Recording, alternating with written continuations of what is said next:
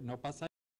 No, yo creo que sería congruente si estuviéramos en una declaratoria de emergencia, puesto que yo puedo tomar determinadas fábricas o determinadas industrias, pero tengo también la obligación de devolver la situación, de cancelar esa utilización de emergencia, y obviamente no tiene como trasfondo la utilización de una propiedad, la usurpación de una propiedad privada en los términos que se ha venido haciendo. O sea que esto es permanente.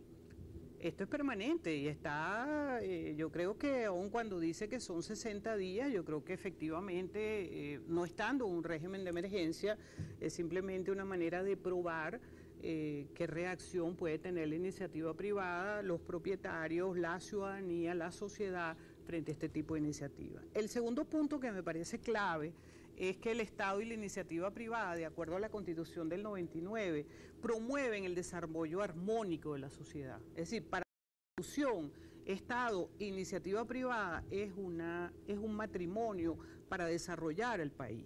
Aquí tenemos un control que busca tomar los medios de producción y pasar esos medios de producción al Estado. En tercer lugar, la Constitución, por supuesto, el control de todos los medios de producción es efectivamente uno de los fundamentos del comunismo. Es uno de los fundamentos del socialismo hacia efectivamente un Estado comunista. La garantía de la propiedad privada y la seguridad jurídica, que son dos elementos fundamentales de los derechos económicos de la Constitución del 99, bueno, creo que están siendo suprimidos esa garantía de la propiedad y se está asumiendo el control del Estado y la propiedad por parte del Estado de todos estos, de todos estos elementos de producción, con una característica que quisiera resaltar, que pareciera que es que yo destruyo la propiedad privada, pero asumo la propiedad de las personas. Es decir, es como la decisión de qué debe hacer la gente una vez que en lo económico y en lo social se camine hacia este sistema político, ¿no?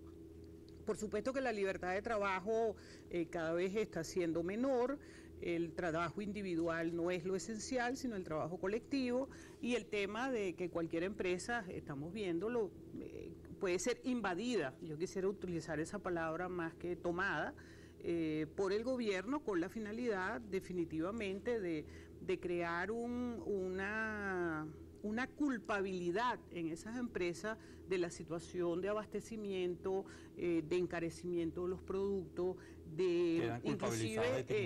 inclusive de la inflación que estamos viviendo desde el punto de vista doméstico. Entonces, concluyendo estas dos etapas, yo diría que lo que prevé la Constitución para el gobierno no es lo que se está como régimen socioeconómico, que precisamente lo prohíbe y lo impide la propia Constitución. Eso es lo que hace que uno pueda decir que la revolución, en definitiva, no tiene ley, no tiene Constitución. Y ya regresamos vuelta aquí con Cecilia Sosa hoy miércoles en 5 y 1, y de verdad que nos ha traído un tema que a mucha gente le va a preocupar, a otra gente por supuesto la va a alegrar, a los que estén con el sistema, pero cuando uno comienza a ver esto, es un momento de decisión. Y yo creo que es un momento muy, oigan bien la palabra, y la explico después, muy dramático para el país. Es decir, este momento de drama, el drama no es una tragedia, el drama es un momento de decisión donde se definen muchísimas cosas, se define, y lo noté mucho, en el individualismo versus el colectivismo, en una especie de antagonismo que está superado en muchas partes del mundo. Y que puede tener sus tensiones, efectivamente. Que como las tiene, pero es la lucha continua. Pero que ninguno está para destruir al otro. Creo que ese es el punto tan importante de la Constitución del 99, que precisamente abre la dinámica de que el Estado tenga un énfasis social, pero que ese énfasis social definitivo, y sobre todo para las mayorías que están afectadas inclusive por la concepción de un sistema político como el que está marcado en la Constitución del 99. Es un cambio de vida. No puede sustituir en definitiva digamos el hecho de que el venezolano adquiera propiedad, desee mejorar.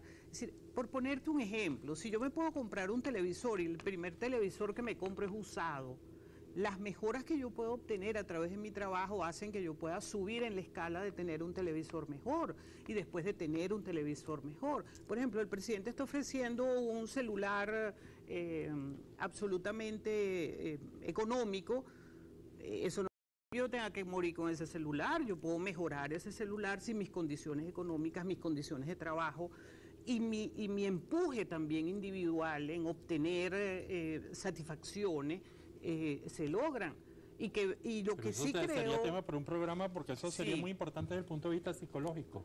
Si el venezolano es realmente colectivista y prevalece el grupo sobre el individuo, o si somos individualistas, o si somos unos seres ya convivientes que hemos aprendido a lo largo de todo el proceso democrático, el proceso humano, a mezclar las dos cosas. Y yo creo que en ese sentido hay que reconocerle a estos 10 años esa, digamos, ese capturar en el énfasis social. Ajá. Y yo creo que eso se ha esparcido por toda la sociedad independientemente de si tiene trabajo, si no tiene trabajo, de cuáles sean sus ingresos.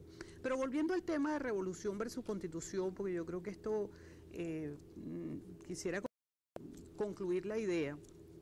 Hay una realidad que tenemos que aceptar y es que el tema revolución tiene como resueltos algunos aspectos de organización, de funcionamiento, de control de estrategia, de manejo del tiempo, que requiere de quienes no compartimos el proceso en los términos y menos en los términos que se están definiendo en este momento. Necesitamos trabajar un poco dentro de tu idea de tomar decisiones, de acciones y no solamente de análisis que nos exige la... En ese punto me gustaría su opinión muy rápida sobre cuál piensa usted que ha sido la reacción de la otra parte del país, esa que se llama oposición frente a todos estos movimientos. ¿Es adecuada, inadecuada? Yo creo que está expectante, yo creo que está como esperando a ver qué podemos hacer, que haya un surgimiento de una propuesta que necesita montarse en ese autobús y asumir con pasión, con voluntad, un trabajo. Yo creo que ese grupo puede hacer algo. Yo creo que ahí hay un escenario, puede ser muchísimo. Yo creo que puede reconstruir de alguna manera un equilibrio con esta fuerza tan brava, porque está consolidada, poder, ¿no? Claro. Que es el tema de la revolución. Entonces, fíjate, si lo vemos, por ejemplo, en la dinámica del poder, en el ejercicio del poder, obviamente el tema de la revolución es que hay un trabajo político permanente, mientras que uno observa que hay que crear en la contraparte, vamos a llamarlo así, en la contrarrevolución, porque efectivamente hay un elemento de contrarrevolución, pero con un sentido de propuesta, para convertirla en una fuerza organizada. Quien no está organizado no puede generar ese ser una alternativa. Y no hay organización a su juicio. Yo creo que hay que preparar esa organización y hay que fajarse con el trabajo de esa organización con un contenido de lucha y con un contenido de paradigma. Hay también un segundo punto que es el control de la estrategia. El gobierno tiene un control de su estrategia, o estás conmigo, o estás con mi estructura partidista, estás con el gobierno y no al individualismo. Yo creo que esa es su estrategia, hay un solo jefe y punto.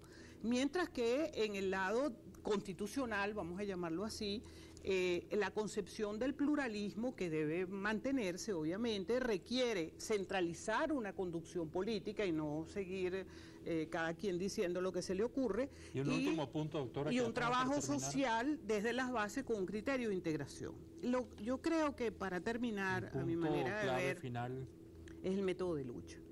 Yo creo que el método de lucha desde la revolución es que todos los venezolanos tengan una igualdad.